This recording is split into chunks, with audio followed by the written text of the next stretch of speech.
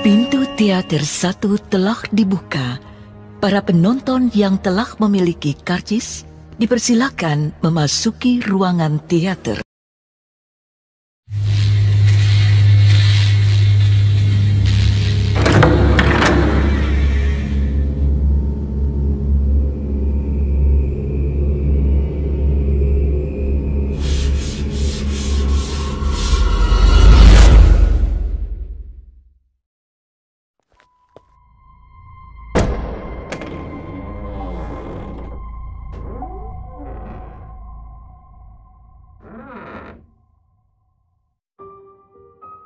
Assalamualaikum warahmatullahi wabarakatuh. Selamat malam. Jumpa lagi dengan saya Aldi di channel Mereka Ada. Dimanapun kalian berada, saya doakan semoga kalian dalam kondisi sehat dan selalu diberikan kemudahan dalam menjalankan segala aktivitas. Pada kesempatan kali ini saya akan membacakan cerita tentang pendakian spiritual ke Gunung Gede. Cerita ini ditulis oleh Mas Doni Permana.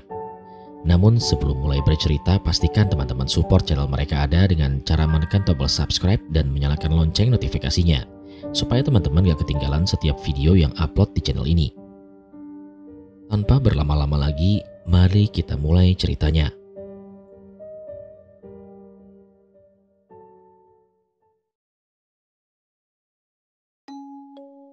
Dilarang masuk dan khusus pendaki penduduk yang tahu jalur ini. Itulah tulisan yang terpampang di alun-alun Surya Kencana. Ilegal karena tidak ada pos pendaftaran maupun pos 1, 2, dan 3 sampai ke puncak. Yang ada bukanlah pos istirahat, tapi petilasan-petilasan, gua, dan sumber mata air kolam kecil yang dipakai mandi para peziarah. Sebenarnya sebelum puasa kemarin, saya dan rekan kerja mau mendaki ke Gunung Gede via jalur Napak Tilas ini, namun dilarang sama istri karena sedang mengandung. "Ntar aja habis lahiran, kamu itu naik gunung bukan karena hobi, tapi karena mistisnya," tegas istriku yang membuat kami gagal mendaki. Karena bukan saya yang mendaki, jadi saya angkat cerita tim saya di tempat kerja yang mendaki ke Gunung Gede via petilasan kerajaan Pajajaran ini. Dan pastinya ini adalah kisah nyata. Ilegal buat para pendaki yang biasa muncak gunung lewat jalur resmi yang telah disediakan. Namun jalur ini tidak ilegal untuk para penduduk yang biasa naik ke puncak lewat jalur ini. Setiap petilasan adalah bekas peninggalan kerajaan Pajajaran. Banyak gundukan-gundukan batu buat yang pernah ke Gunung Padang, seperti itulah gundukan batu dan tanjakan di setiap ukirannya. Itulah yang dijelaskan Kuncen. Januari 2015, di pagi itu Kuncen dan 2 teman datang ke rumah untuk mengajak kami naik ke puncak. "Mul, Rabu kita muncak," ucap Kuncen ke Mulyadi yang menjadi narasumber. Karena ada tamu dari Jampang Surade yang mendapatkan petunjuk untuk ziarah naik ke puncak lewat jalur ini. Kenapa Kuncen datang ke rumah Mulyadi ngajak naik gunung? Karena sebelumnya dia berpesan kalau mau muncak minta diajak. Karena mau berdoa di puncak, minta ke Allah supaya lamaran kerjanya diterima di perusahaan sepatu. Dan sekarang ia sudah bekerja. Sebelum masuk ke cerita, saya akan menjelaskan siapa sebenarnya perempuan itu yang hendak ingin naik gunung. Nama perempuan itu adalah Asih. Dia sudah 10 hari berangkat dari rumahnya muter-muter kota Sukabumi, Cianjur, Cugenang, Cipanas, dan Bogor. Dia adalah suruhan Nyai Roro Kidul untuk mengambil benda di puncak Gede dan mandi kembang di telaga alun-alun. Tapi naiknya harus dengan Kuncen yang bernama Apih Ineng. Namun saat ini Apih Ineng sudah almarhum. Itu yang membuat Asih muter-muter sampai 1 hari di kota Sukabumi bertemu dengan Amang Ojek. "Ojek, Neng?" sapa tukang ojek di bundaran Sukaraja Sukabumi. "Ya, Mang, saya mau naik ojek, tapi ada syaratnya," tanya Asih. "Syarat? Syarat apa, Neng? Tenang, helm itu ada kok," canda tukang ojek. "Mang, tahu alamat Kuncen Gunung Gede nggak?" tanya Asih. "Kuncen?" tanya balik tukang ojek. "Iya, yang suka nganterin naik gunung." "Oh, kalau nggak salah di daerah Salabintana dan Cimangkok suka ada yang nganterin naik gunung," ucap tukang ojek itu. "Kalau di Salabintana saya sudah ke sana, tapi bukan itu Kuncennya," jawab Asih. "Jadi sebenarnya Neng itu mau naik gunung apa bertemu dengan Kuncen?" "Ya keduanya, Mang. Kalau Kuncen di daerah Cimangkok udah ke sana, Tanya tukang ojek. Belum Mang, tolong anterin saya kalau Amang tahu, pinta Asih. Emangnya siapa nama kuncennya Neng? Tanya tukang ojek. Namanya Api Ineng Mang. Ya udah tuh Neng, berangkat. Kalau nama kuncennya sih saya nggak tahu, tapi kalau ada kuncen di sana saya pernah dengar. Kita tanya-tanya aja ke warga Neng, jawab tukang ojek. Diantarlah Asih ke daerah Cimangkok. Tanya-tanya ke warga tentang Api Ineng, tapi kebanyakan warga tidak tahu. Karena warga taunya Abah Ece kuncen di Pasir Muncang rumahnya. Sekarang sudah almarhum. Karena penasaran, Asih pun dan tukang ojek mengunjungi rumah Abah Ece. Barangkali dia tahu tentang kuncen yang bernama Api Ineng. Setelah sampai di rumah Abah Ece dan mendapatkan penjelasan, ternyata Api Ineng itu adalah buyutnya Abah Ece. Lalu ditanyakan maksud dan tujuannya mau ke Api Ineng. Mau apa Neng ke Api Ineng? Tanya Abah Ece. Saya minta diantar untuk naik ke atas buat ngambil sesuatu di puncak oleh Nyai Ratu, jawab Asih. Mulyadi akhirnya tahu percakapan kuncen dengan Asih karena saat perjalanan muncak dia banyak bertanya tujuannya apa perempuan itu untuk naik ke gunung. Abah Ece tidak langsung percaya. Dia memanggil dua saudaranya yang sekarang menjadi kuncen via jalur Cimangkok, Kang Hoer dan Kang Gana, untuk membicarakan hal ini. Saat Abah Ece, Asih, Kang Hoer dan Kang Gana ngumpul di ruang tengah, tiba-tiba terdengar suara sepatu kuda dan suara daman kuda di luar rumahnya. Pintu rumahnya yang tertutup tiba-tiba terbuka sendiri. Harum wangian bunga masuk ke dalam rumah, dan tiba-tiba Abah Ece berucap sendiri. Apa benar Nyai? Perempuan ini utusan Nyai? Suasana mendadak hening saat Abah Ece berucap sendiri. Ia adalah utusan saya, antarkan dia ke atas. Padahal di ruang tamu rumah Abah Ece ada mereka berempat, tapi ada suara perempuan tanpa wujud bilang begitu, ucap Kang Hoer ke Mulyadi di tengah perjalanan. Asih dan para kuncen tidak langsung berangkat hari itu.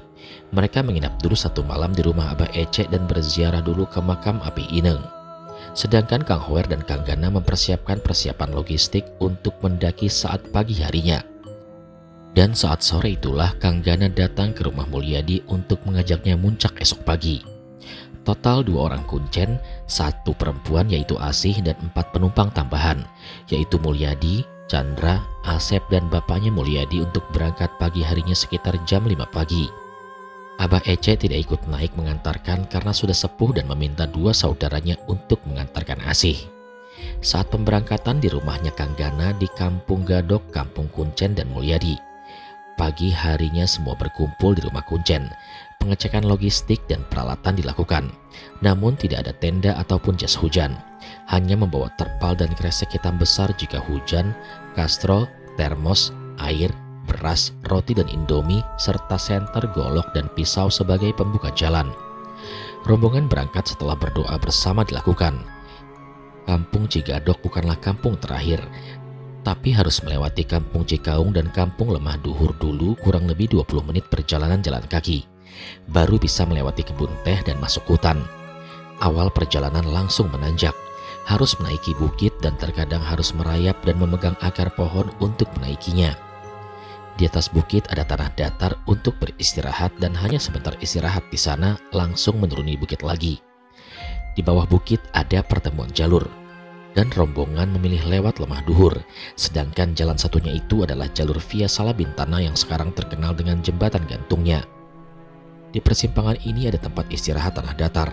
Rombongan istirahat sebentar lagi dan langsung melanjutkan perjalanan. Pada jalur ini hutan begitu rimbun. Jalan setapak pun hampir tertutup semak belukar dan begitu banyak pacet yang menempel di tubuh kami. Setelah melewati jalur yang begitu rimbun dan banyak pacetnya, rombongan bertemu dengan 7 orang dan banyak sekali anjing. Mereka bukanlah kelompok pendaki, namun pemburu babi hutan.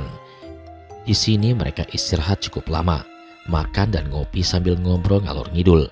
Sampai para pemburu melanjutkan aksinya dan rombongan pun melanjutkan kembali perjalanan.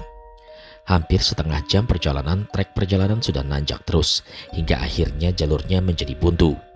Jalan setapak yang bisa dilalui kini menghilang.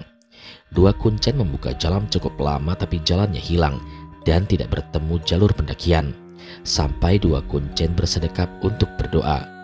Kemudian setelah bersedekap, Manggana pun berteriak dengan keras sampai menggema. "Bah, jalurnya di mana?" Dan tiba-tiba terdengar suara. "Kesini, di sini jalurnya." Suara kakek tua tanpa wujud terdengar dengan keras. Setelah mendengar suara kakek tua tersebut, rombongan mengikuti suara itu hingga sampai di depan sebuah pohon yang sangat besar dan tumbang. Ternyata jalurnya tertutup pohon yang tumbang dan rombongan pun melanjutkan perjalanan. Tidak ada kejadian aneh lagi sampai rombongan memasuki area puncak Gunung Gede. Dalam perjalanan, Asih seringkali digendong oleh Kuncen karena kakinya sering kram. Mungkin karena fisiknya lemah dan dia bukanlah seorang pendaki. Dengan perjuangan yang sangat besar karena jalur ini begitu panjang dan ekstrim dengan tanjakannya yang bisa membuat menyerah, akhirnya rombongan sampai di Pancer kurang lebih jam 2 siang setelah berangkat jam 5 pagi. Sebelum ke puncak Gede, rombongan berhenti dulu untuk bertawasul di Batu Kunci. Di sini rombongan memasukkan tangan ke setiap lubang yang ada di batu kunci. Apapun benda yang didapat dalam lubang harus dimasukkan dulu ke dalam air atau plastik berwarna hitam yang dibukanya nanti pas sudah turun. Setelah itu dilanjutkan perjalanan ke Batu Sinden dan Batu Munding, tempatnya masih di area puncak, dan langsung bertawasul juga di sana. Setelah selesai bertawasul di puncak, rombongan kemudian turun ke alun-alun. Mereka pun membuka terpal untuk dijadikan tenda di dekat telaga. Kuncen sudah biasa kalau bawa rombongan naik suka buka tenda di area itu. Jika kemarin ada yang bilang di area telaga sekarang itu kotor, berarti para pendaki setelah tahun 2013 pada jorok dan tidak menjaga lingkungan. Di samping telaga ada air yang keluar dari tebing yang besarnya sebesar jari kelingking. Airnya begitu jernih. Rombongan pun mengambil airnya untuk diminum. Pemandangan sore itu begitu indah. Perjuangan yang begitu hebat terbayarkan sudah. Apalagi saat memasuki malam, penuhnya bintang yang sangat besar memenuhi langit dan sabit menambahkan kesempurnaan malam itu di alun-alun Surya Kencana. Setelah sholat maghrib dan terus sholat isya, Mul tertidur di tenda dan dibangunkan tepat jam 12 malam oleh Kuncen. "Bangun," ucap Kuncen. "Waktunya mandi kembang, sholat tahajud dan sholat hajat untuk meminta semua keinginan kepada Allah. Insya Allah akan dikabulkan," ucap Kuncen lagi. "Tapi dingin, Bah," jawab Mul sambil menggigil. "Bangun, nak. Jika di bawah semua doa bersaing dengan doa semua orang agar dikabulkan Tuhan, maka jika di atas ketinggian kemungkinan besar doamu akan segera sampai kepada Allah. Dan mudah-mudahan semua keinginanmu dikabulkan Tuhan." Jelas ayah Mul memberikan motivasi kepada anaknya itu. "Ya Pak, Mul paham. Terima kasih ya Pak penjelasannya." Mulyadi pun kemudian bangun dari tidurnya, keluar tenda dan mandi tengah malam. Kemudian mengambil air wudhu dan sholat hajat. "Ya Allah, semoga lamaran pekerjaan yang saya masukkan ke pabrik sepatu cepat dapat panggilan." Itulah doa yang Mulyadi panjatkan di atas ketinggian. Setelah berdoa dia hening sejenak, karena di luar tenda seperti ada yang mengobrol. "Sampurasun," ucap salam dalam bahasa Sunda, suara laki-laki penuh wibawa. "Ada apa mengundang saya untuk datang?" "Saya disuruh Nyai Ratu untuk bertemu dengan Eyang Prabu." "Jadi kamu ini orangnya?" "Iya, saya orang yang disuruhnya." "Ini pusakanya, bawa pulang." Mulyadi penasaran siapa orang di luar yang mengobrol dengan Asih. Dia memberanikan diri untuk mengintipnya di dalam tenda, yang ternyata beliau sedang mengobrol dengan seorang pria penuh wibawa dan memakai mahkota di atas kepalanya. Sosok pria tersebut menatap ke arahku sambil berkata, "Saya doakan semoga doamu dikabulkan Tuhan." Mulyadi hanya menganggukkan kepala. Antara percaya atau tidak, tapi Mulyadi melihat sosok pria tersebut pergi meninggalkan Asih dan didampingi dengan 2 macan kumbang berwarna hitam pekat dan menghilang di kejauhan. Meskipun malam hari, namun ternyata terangnya bulan menjadi penglihatan. Setelah kejadian itu, saya pun memutuskan untuk istirahat di dalam tenda yang terbuat dari terpal. Saat itu hanya saya yang melihat kejadiannya, karena 3 sahabatku termasuk bapak telah tidur duluan. Sementara Kuncen tidak tahu kemana perginya. Selang beberapa saat setelah saya baringkan badan di dalam tenda, Asih kemudian masuk. "Saya ikutan tidur ya," pinta Asih. "Oh, silakan." Kemudian Asih tidur di sampingku. "Tadi kamu melihat ya?" tanya Asih setelah membaringkan badannya. Iya," jawab Mul dengan pelan. "Beliau itu adalah Eyang Haji Surya Kencana," jawab Asih. "Ah, serius?" tanya Mul tidak percaya. "Kamu salah seorang yang beruntung bisa melihatnya dan didoakan," jawab Asih lagi. "Kalau boleh tahu, sebenarnya tujuanmu kesini itu apa?" tanya Mul pada Asih. "Percaya nggak percaya, sebenarnya tujuanku kesini adalah membawa kunci salah satu gudang punyanya Bunda Ratu," jawab Asih. "Gudang? Gudang apa? Saya nggak ngerti," jawab Mulyadi. "Saya juga nggak tahu isi gudangnya apa.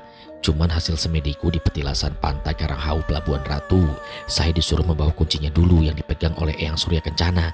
Dan orang yang mengantarkan saya itu harus Api Ineng," jelas Asih. "Waduh, berarti kamu itu," ucap Mul terpotong. "Saya tidak menduakan Tuhan. Saya hanya bisa diberikan sedikit kelebihan melihat bangsa gaib oleh Tuhan dan bisa berinteraksi dengan mereka," jawab Asih. "Aduh, saya nggak paham." Udah, gak usah dibahas lagi. Lebih baik istirahat saja." Dan obrolan pun selesai malam itu. Tidak ada hal ganjil lagi setelah itu. Mereka pun tidur di dalam tenda sampai subuh.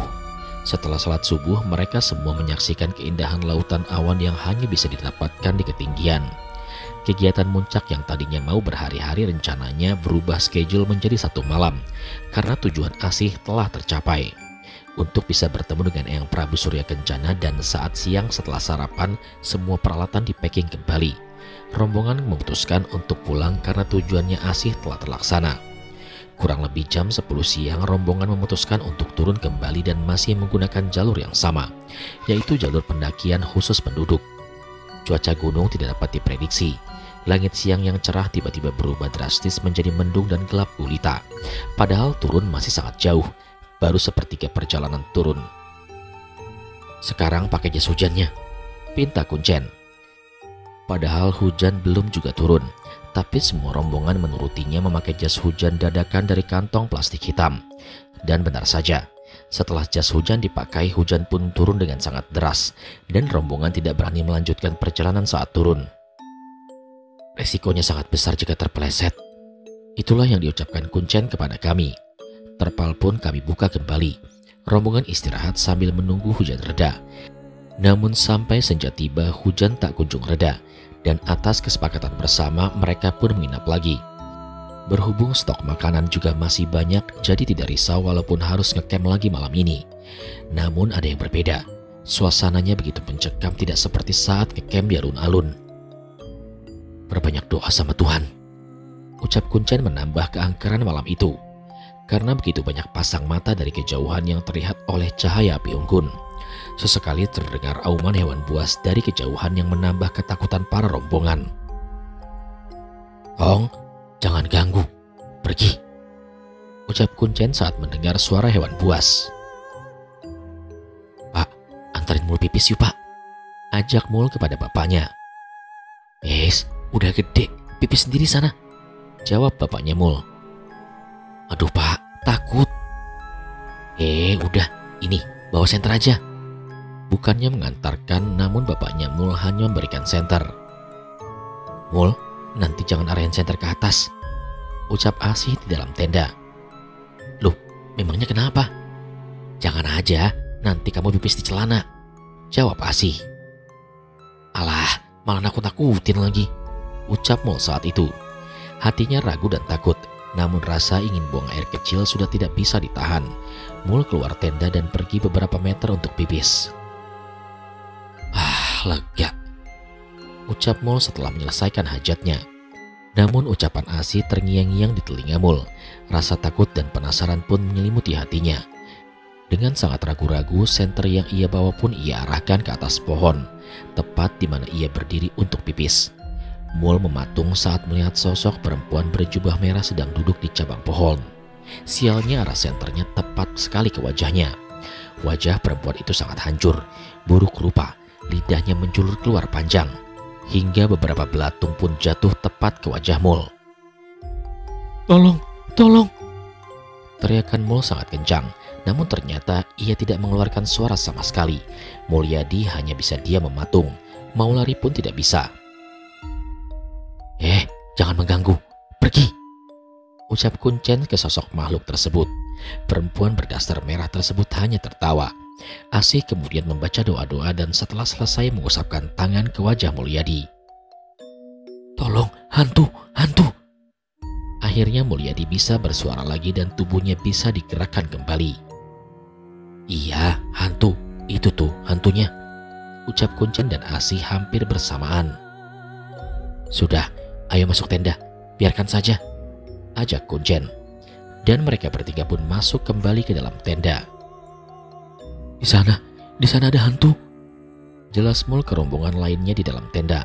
Mereka semua saling tatap setelah mendengar ucapan Mul. "Jangan berisik, dengerin Mul," pinta Bapak Mul. Dan suasana kembali hening karena semua rombongan ikut mendengarkan suara yang ada dari luar tenda. Suara tangisan dan suara tawa perempuan seakan mau menakut-nakuti para rombongan. Mul begitu ketakutan tapi tidak untuk Kuncen, Asih dan bapaknya Mul. "Gak perlu takut, ini tempatnya mereka. Kita gak ganggu, bukan mereka yang mengganggu. Anggap saja kejadian seperti ini untuk memperkuat iman kita kepada Tuhan. Karena bukan hanya manusia saja yang Allah ciptakan, toh mereka juga sama diciptakan Tuhan," jelas Kuncen. Ini malam pun semakin larut. Hujan juga dari maghrib sebenarnya sudah reda. Namun untuk alasan keselamatan, Kuncen memutuskan melanjutkan perjalanan turun pada pagi harinya. Tidak ada kejadian aneh sampai pagi hari. Hanya saja mereka ditemani alunan musik tangisan tawa perempuan dari luar tenda yang tidak ada henti-hentinya. Bahkan sesekali ada suara orang mengobrol dan begitu banyak langkah kaki yang mengelilingi tenda. Namun semua rombongan pun mengabaikannya. Hingga pagi pun datang, rombongan langsung membongkar tenda yang terbuat dari terpal itu. Setelah makan makanan ringan, rombongan pun langsung turun. Tidak ada kejadian aneh lagi saat turun. Hanya Asih sesekali digendong bergantian karena kakinya sering mengalami kram.